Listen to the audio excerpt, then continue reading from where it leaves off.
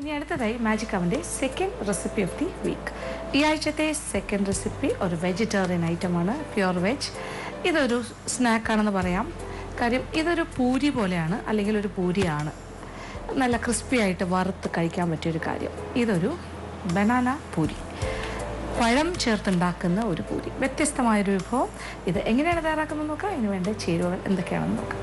മൈദ മാവ് അല്ലെങ്കിൽ ഗോതമ്പ് മാവ് 2.5 കപ്പ്, റോബസ്റ്റ പഴം 2 ചെറുത് അല്ലെങ്കിൽ 1 വലുത്, പഞ്ചസാര 4-5 ടേബിൾ സ്പൂൺ, സോഡാപ്പൊടി 1/2 ടീസ്പൂൺ, തൈര് 1/4 കപ്പ്, ഏതെങ്കിലും തരം റിഫൈൻഡ് ഓയിൽ വറുക്കാൻ ആവശ്യമുള്ളതും അത് കൂടാണ്ട് 1.5 ടേബിൾ സ്പൂൺ, ഉപ്പ് ആവശ്യത്തിന്.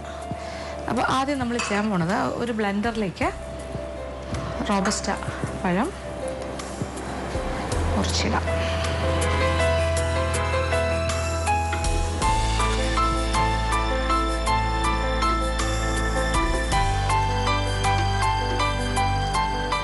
ഇതല്പം ചെറുതായതുകൊണ്ട് കുറച്ചുകൂടി വേണം. അതുകൊണ്ട് ഒരു പഴം കൂടി എടുത്തിട്ട് അതിനകത്തുനിന്നും കൂടി കുറച്ച് ചേർക്കാം. അപ്പം നല്ല പഴുത്ത പഴമാണ് ഏറ്റവും നല്ലത്, നന്നായി പഴുത്ത റോബസ്റ്റ. അപ്പം ഈ ടൈപ്പ് പഴമാണെങ്കിൽ ഒരു 1.5 വരെ എടുക്കാം. അതിനോടൊപ്പം ഇത് ഏകദേശം 1/4 കപ്പോളം തൈരുണ്ട്.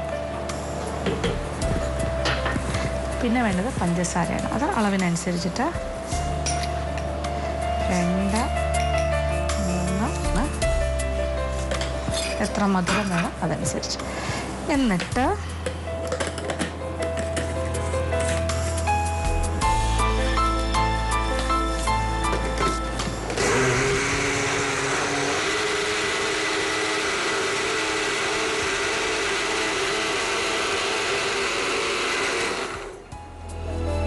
ആവശ്യത്തിന് അത് ബ്ലെൻഡ് ആയി കഴിഞ്ഞു. ഒരു എന്താ പറയുക, കുഴമ്പ് രൂപത്തിൽ അരച്ചെടുത്ത് കഴിഞ്ഞു. ഇനി നമ്മൾ എന്താ ചെയ്യാമോ, നമ്മളിപ്പോൾ ബ്ലെൻഡ് ചെയ്തെടുത്ത റോബസ്റ്റ പഴവും തൈരും പഞ്ചസാരയും കൂടെ ചേർന്ന മിശ്രിതം വേറൊരു പാത്രത്തിലേക്ക് ഒഴിക്കാൻ പോകുന്നു. അപ്പോൾ നന്നായിട്ട് ലൂസായിട്ട് നല്ലതായിട്ട് ബ്ലെൻഡായി വന്നിട്ടുണ്ട്. അപ്പോൾ മധുരം ഓരോരുത്തരുടെ ഇഷ്ടമനുസരിച്ച് ഞാനിപ്പോൾ ഒരു 5 ടേബിൾ സ്പൂണോളം പഞ്ചസാര ചേർത്തിരുന്നു. ഇനി ഇതിലേക്ക് ഒരു 1/2 ടീസ്പൂൺ സോഡാപ്പൊടി, ഇത് അളന്ന് വെച്ചതാണ്, 1/2 ടീസ്പൂൺ സോഡാപ്പൊടി ചേർക്കുന്നു. പിന്നെ ആവശ്യത്തിനുള്ള ഉപ്പ്. കാര്യം മധുരമുള്ള കാര്യമാണെങ്കിൽ കുറച്ച് ഉപ്പ് വേണം. അപ്പം മധുരവും കൂടി ചേർന്ന് വരുന്നൊരു കാര്യമാണ്. അപ്പോൾ 1/2 ടീസ്പൂൺ സോഡാപ്പൊടിയും ആവശ്യത്തിനുള്ള ഉപ്പും ചേർത്തു. ഇനി നമ്മളിതിലേക്ക് ഒന്നുകിൽ മൈദ മാവ് അല്ലെങ്കിൽ ഗോതമ്പ് മാവ്. ഇപ്പം ഞാനിത് ഗോതമ്പ് മാവാണ് എടുത്ത് വെച്ചിരിക്കുന്നത്. ഇത് 2.5 കപ്പ് ഗോതമ്പ് മാവ് അളന്ന് വെച്ചിട്ടുണ്ട്. ഇത് ആവശ്യാനുസരണം ചേർക്കുക. ഇനി ഇത് പോരാന്നുണ്ടെങ്കിൽ, നമ്മൾ കുഴച്ച് വരുമ്പോൾ നമുക്കറിയാലോ, പോരാന്നുണ്ടെങ്കിൽ കുറച്ചുകൂടി ചേർത്ത് കൊടുക്കുക. അപ്പോൾ ഒരു ഏകദേശം 2.5 കപ്സ് മതിയാകും. ഏകദേശം നമുക്ക് നോക്കാം. ഇനി കട്ടി കൂടിപ്പോയി, മാവ് കൂടിപ്പോയി എന്നുണ്ടെങ്കിൽ ഇതിന് കുറച്ചുകൂടെ ഒന്ന് ലൂസാക്കണം തോന്നിയാൽ ഒരല്പം വെള്ളം കൂടി ചേർക്കണം. എന്തായാലും ഒരു ചപ്പാത്തിക്കൊക്കെ കുഴയ്ക്കുന്ന മാതിരി കുഴച്ചെടുക്കണം. ആദ്യം സ്പൂൺ കൊണ്ടൊന്ന് നമുക്ക് മിക്സ് ചെയ്യാം.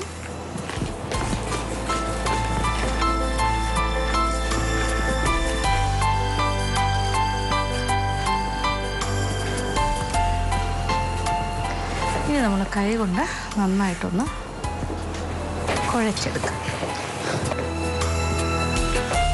ഓവർ ടൈറ്റായിട്ട് തോന്നിയ ഒരല്പം വെള്ളം കൂടി വേണമെങ്കിലും ചേർത്ത് കൊടുക്കാം. പിന്നെ ഇതിലേക്ക് കുറച്ച് refined oil 1-1.5 tablespoon, 1 table സ്പൂണോ 1.5 ടേബിൾ സ്പൂണോ ആകാം.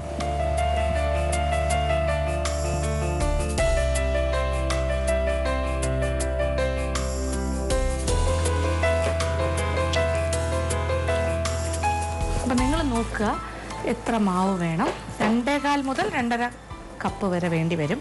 ഇനി അത് പോരാ എന്നുണ്ടെങ്കിൽ ഇച്ചിരി മാവും കൂടെ ചേർത്ത് കൊടുക്കാം. ഇനി മാവ് കൂടിപ്പോയി എന്നുണ്ടെങ്കിൽ ഇച്ചിരി വെള്ളം ചേർത്താലും മതിയാകും, കുഴപ്പം.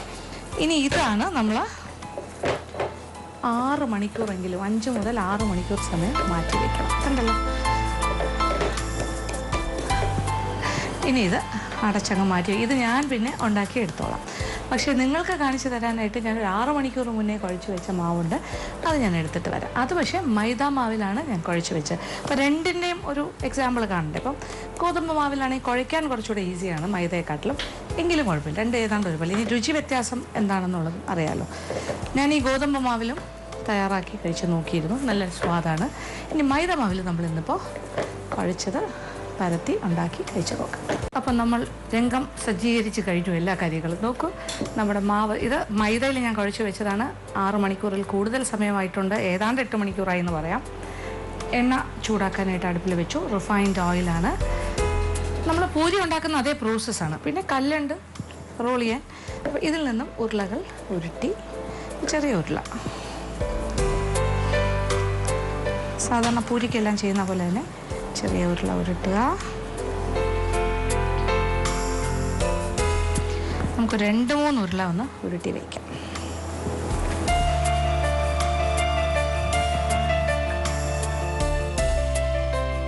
അപ്പോൾ ഇച്ചിരി മാവ് തടവി തന്നെ നമ്മൾ പരത്തും.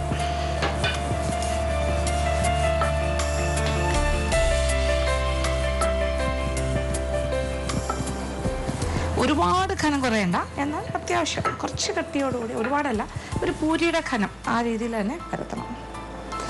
അപ്പോൾ എണ്ണ ഒന്ന് ചൂടാവട്ടെ, അത് കഴിഞ്ഞിട്ട് നമുക്ക് ഓരോന്നോരോന്നായിട്ട് ഇടാം. അപ്പോൾ കുറച്ച് ഉരുളകൾ ഉരുട്ടി വയ്ക്കാം, അതാണ് എളുപ്പം, നമ്മളിങ്ങനെ ചെയ്ത് വയ്ക്കാം. അപ്പോൾ നമ്മുടെ എണ്ണ ചൂടായി കഴിഞ്ഞു. ഞാനിപ്പോൾ 2 പൂരി പരത്തി വെച്ചിട്ടുണ്ട്, ബാക്കിയുള്ളതെല്ലാം കുറേ ഉരുട്ടി വെച്ചിരിക്കുവാണ്. എന്തായാലും ആദ്യത്തെ പൂരി നമുക്കൊന്ന് ഫ്രൈ ചെയ്യാം.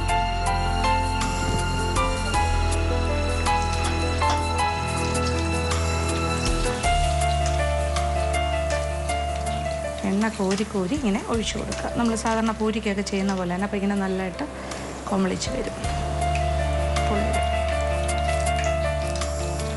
ഒരുപാട് ഫ്ലെയിം ഒത്തിരി ചൂടായി കിടക്കുകയാണെങ്കിൽ പെട്ടെന്ന് കരിയും, അകത്തോട്ടൊന്നും വേവില്ല. പക്ഷേ നമ്മളൊരു പൂരിയുടെ ഒരു കൺസിസ്റ്റൻസി ആണല്ലോ മൊത്തത്തിൽ, ആ ഒരു പ്രശ്നം വരണില്ല. അതേസമയം തീ കുറഞ്ഞു പോയാൽ എണ്ണ കുടിക്കും, അങ്ങനെയൊക്കെ ഉണ്ടല്ലോ നമ്മൾ ഏത് കാര്യം ചെയ്യുമ്പോഴും. ഇതിപ്പോൾ നല്ല കരുകരുപ്പായിട്ടുണ്ട്, പുറമേ നല്ല ക്രിസ്പിയാണ്, ആകമല്ല ആവശ്യത്തിന് വെന്തിട്ടുണ്ട്.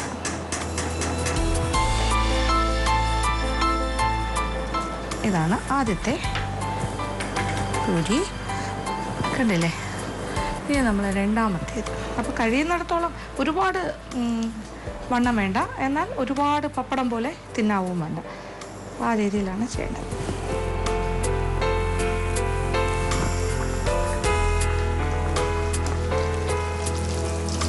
കണ്ടല്ലോ, ഇടുമ്പോൾ ഒരു ശബ്ദം കേൾക്കുന്നുണ്ടോ? അപ്പോൾ കുറച്ച് കരുകരുപ്പുണ്ട് എന്നുള്ളതിൻ്റെ അർത്ഥമാണത്. അപ്പോൾ അടുത്ത ആളും റെഡിയായി കഴിഞ്ഞു. ഇപ്പോൾ 2 ഞാൻ പരത്തി കഴിഞ്ഞിട്ടുള്ളൂ. അപ്പോൾ തീ നല്ലോണം കുറച്ച് വെച്ചിട്ട് ഞാൻ ബാക്കി ഒരു 3-4 കൂടെ പരത്തിയിട്ട് വീണ്ടും കുറച്ച് വറുക്കും. അങ്ങനെ നമ്മളുടെ ബനാന പൂരീസിൻ്റെ ലാസ്റ്റ് പൂരിയും റെഡിയായി കഴിഞ്ഞു. ഞാൻ ഇത്ര നേരം എന്തോ ചെയ്തുകൊണ്ടിരിക്കുകയായിരുന്നു എന്ന് മനസ്സിലായല്ലോ. ഇതെല്ലാം പരത്തി ഇതെല്ലാം ചുട്ടുകൊണ്ടിരിക്കുകയായിരുന്നു. എത്ര എണ്ണ ആയി നോക്കൂ. എണ്ണ ഞാൻ ലാസ്റ്റ് പറഞ്ഞുതരാം. ഈ അളവിൽ നിന്നും നമുക്ക് എത്ര പൂരി കിട്ടിയെന്ന് നോക്കാം. അപ്പോൾ കഴിഞ്ഞു, ഇനി തീ ഓഫ് ചെയ്യാം. ഇപ്പോൾ ഫോർ എക്സാമ്പിൾ നമ്മളിത് ഇത് ചൂട് കഴിഞ്ഞു, ഇത് തണുത്തല്ലോ. ഇതിങ്ങനെ തുറക്കുമ്പോൾ അകം നല്ല ഹോളോ ആണ്, കണ്ടില്ലേ? ഉള്ളിലൊക്കെ ഒരു ബ്രെഡിൻ്റെ അല്ലെങ്കിൽ ഒരു ബ്രെഡോ ബണ്ണിൻ്റെയൊക്കെ ഒരു ടെക്സ്ചറായിട്ട് വരും. നല്ല സ്വാദാണ്. പിന്നെ എണ്ണയൊന്നും കുടിക്കില്ല, നല്ല ആവശ്യത്തിന്. അപ്പോൾ ഞാൻ ആവശ്യത്തിന് മധുരം ചേർത്ത് ഒരു 5 ടേബിൾ സ്പൂൺ പഞ്ചസാര ചേർത്താൽ കറക്റ്റാണ്. പിന്നെ പഴം ഒരു 2 പഴത്തിൽ തന്നെ ചെയ്യുന്ന ഒരു 2 മീഡിയം സൈസ് ചെറിയ പഴത്തിൽ ചെയ്യുകയാണെങ്കിൽ ഏറ്റവും നല്ലത്. 1/4 കപ്പ് തൈരും ചേർക്കണം. ഇത് സത്യം പറഞ്ഞാൽ ഈ ഒരു വിഭവം എന്ന് പറഞ്ഞാൽ ഇപ്പോൾ ബനാന പൂരി എന്ന് പറഞ്ഞതിന് ഇത് മാംഗ്ലൂർ സൈഡിലൊക്കെ ഇത് ഭയങ്കര പോപ്പുലർ ആയിട്ടുള്ളൊരു ബണ്ണാണ്, മാംഗ്ലൂർ ബൺസ് എന്ന് പറഞ്ഞിട്ട്. അതിൽ കുറച്ച് വ്യത്യാസങ്ങളുണ്ട്.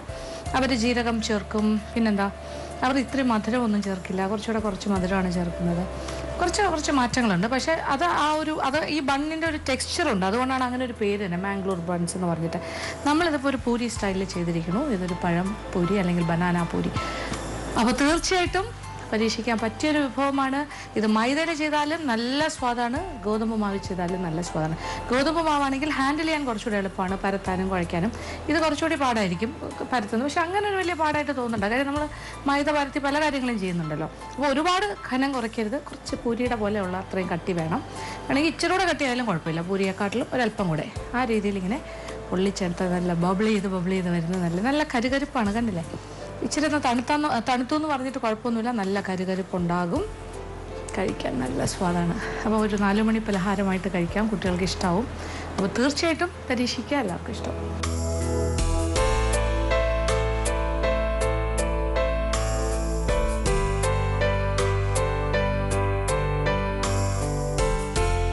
ഇന്നത്തെ എപ്പിസോഡ് ഇവിടെ അവസാനിക്കുകയാണ്. വീണ്ടും പുതിയ വിഭവങ്ങളുമായി മാജിക് അവനിലൂടെ